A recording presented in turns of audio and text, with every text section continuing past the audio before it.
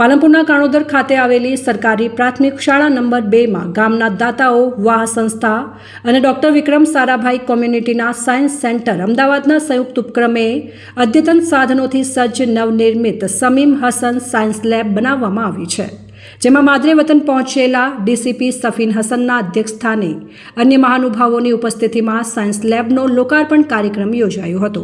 શાળા પટાંગણ ખાતે યોજાયેલા કાર્યક્રમ પ્રસંગે મહેમાનોના હસ્તે દીપ પ્રાગટ્ય કર્યા બાદ મહેમાનોનું શાળા પરિવાર દ્વારા સન્માન કરવામાં આવ્યું હતું।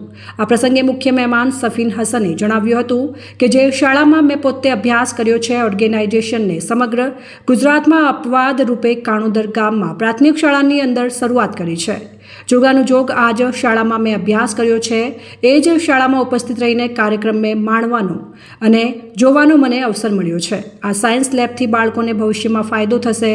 ગામના બાળકો આનો લાભ લઈ ભવિષ્યમાં ગામનું નામ રોશન કરે એવી ઈચ્છા વ્યક્ત કરી હતી। આજે મારા વતન કાણોદરની અંદર કાણોદર પ્રાથમિક શાળા નંબર 2 કે જ્યાં મેં પોતે અભ્યાસ કર્યો છે, ત્યાં અદ્યતન સાયન્સ લેબનું લોકાર્પણ કરવામાં આવ્યું છે। Doctor Vikram Sarabhai science centre અને વાહ ઓર્ગેનાઇઝેશન દ્વારા બંનેના સંયુક્ત ઉપક્રમે શમીમ હસન સાયન્સ લેબનું આજે કાણોદરની અંદર પ્રથમવાર આ જે ઓર્ગેનાઇઝેશન્સ છે એમણે આખા ગુજરાત રાજ્યમાં અપવાદ રૂપે પ્રાથમિક શાળાની અંદર શરૂઆત કરી છે।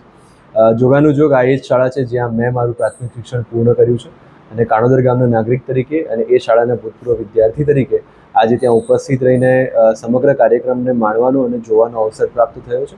આ બાબતે શાળા નંબર કાણોદર પ્રાથમિક શાળા નંબર 2ના તમામ સ્ટાફ એસએમસીના સભ્યોને ખૂબ ખૂબ અભિનંદન પાઠવું છું કે આવી અદ્યતન સુવિધાથી સજ્જ લેબ ગવર્મેન્ટ શાળાની અંદર ઉપલબ્ધ કરવામાં આવી છે, જેનાથી બાળકોને ભવિષ્યની અંદર ચોક્કસથી ફાયદો થશે। સાથે સાથે મારી જ માતૃ સંસ્થા એસકેએમ હાઈસ્કૂલની પણ આજે મુલાકાત કરીને ત્યાંના વિદ્યાર્થીઓ સાથે પણ સંવાદ કર્યો છે।